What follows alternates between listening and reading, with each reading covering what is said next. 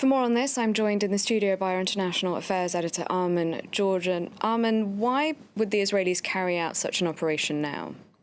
Well, these undercover operations happen all the time, according to military analysts in Israel, and the general public only heard about this one because something went wrong. So rather than why now, perhaps the question should be why not now if this kind of thing happens regularly? And whether Israel and Hamas was moving towards some sort of easing of tensions or not, Israel still would have many reasons to carry out undercover operations. It would still need to know about Hamas's military infrastructure. It's worried about the ties between Hamas and Iran, which were restored last year.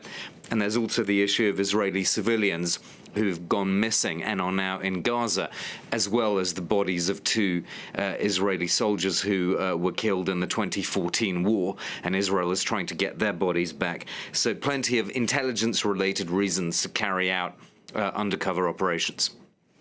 And what impact is this going to have on ceasefire efforts?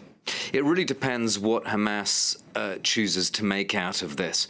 Do they focus mostly on their image and say, look, we took out a senior Israeli officer during this incident? Does it stay on that kind of symbolic level, or does it escalate much further? If it chose to do that, then obviously Israel would pretty much have to do the same. There have been these weekly protests at the Israel-Gaza border fence, so the ingredients are there for another boiling over of tensions. But Hamas also has something to gain from a possible period of calm in which these Qatari payouts could continue to be made, because it wasn't just one block of money. There are more payouts that are scheduled.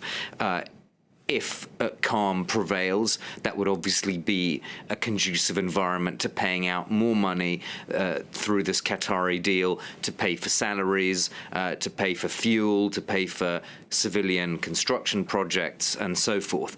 And remember that since President Abbas has slashed budgets for Gaza, the territory has come under even more pressure, and of course it remains under embargo.